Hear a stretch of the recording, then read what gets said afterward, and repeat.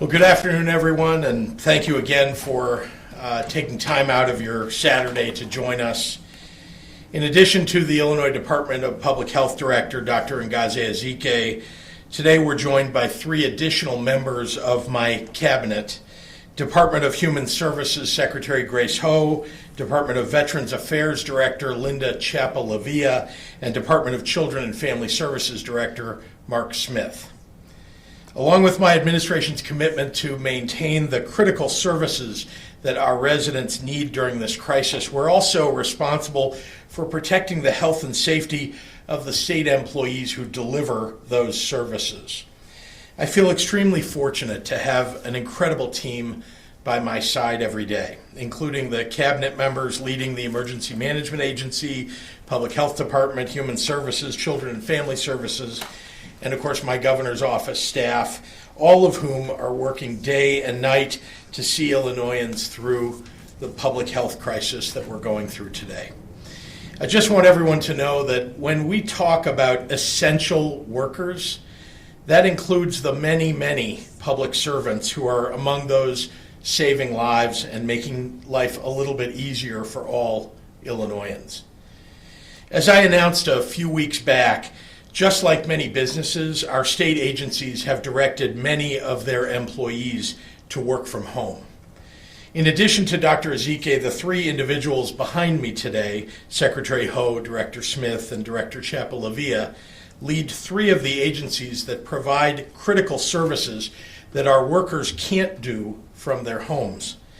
I've asked the three of them to join today's daily update so that you can hear directly from agency leadership about how they are managing to provide those services in the midst of the COVID-19 pandemic. For those who are less familiar with the workings of state government, there are frontline workers at these agencies who spend their days and nights caring for our most vulnerable Illinoisans, even in normal times. Those responsibilities don't go away during the global pandemic, and in fact, they become even more critical. At the Department of Human Services, for example, state workers at our mental health hospitals and centers for people with disabilities, developmental disabilities, continue to serve adults and young people in their care. At Children and Family Services, our investigators are protecting our children and families by responding to reports of alleged abuse and neglect that continue to be reported on our hotline. And for Veterans Affairs, our teams at our veterans' homes are ensuring that our state's military heroes receive the care that they deserve. I want to express my gratitude to these state workers who have made public service their life's work. They're still doing their jobs every day, spending hours away from their own families to care for some of our most vulnerable residents. They too are heroes. In just a moment, I'll have each of our directors talk more specifically about their department's COVID-19 responses, but here's what I can assure you across the board. Early action in all of our agencies helped to shape existing emergency plans specifically to the needs of our COVID-19 response. They put in strict procedures around visitors in state-controlled facilities, adding new staff, health checks and policies, directing as much of our PPE stock as we can to our state frontline workers, and communicating regular updates to family members and other designated contacts of those that are in the state's care. All of our actions have centered around a singular focus: protecting our most vulnerable residents and doing everything possible for their health and their wellness. Additionally, in agencies like the Department of Human Services and the Department of Veterans Affairs that have had to close many of their local offices that residents visit for services, we've enhanced our online and phone options to ensure a continuity of service. Our directors will give you the specific contact information for their agencies. But let me be clear, there are no DHS or DVA public benefits that require face-to-face appointments in the office at this time.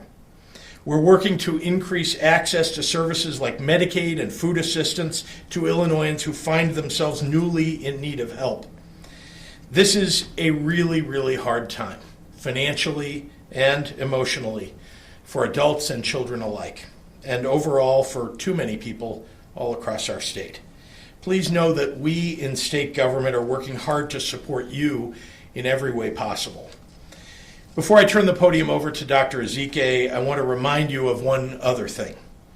For 37 years, the month of April has been recognized as National Child Abuse Awareness Month in the United States.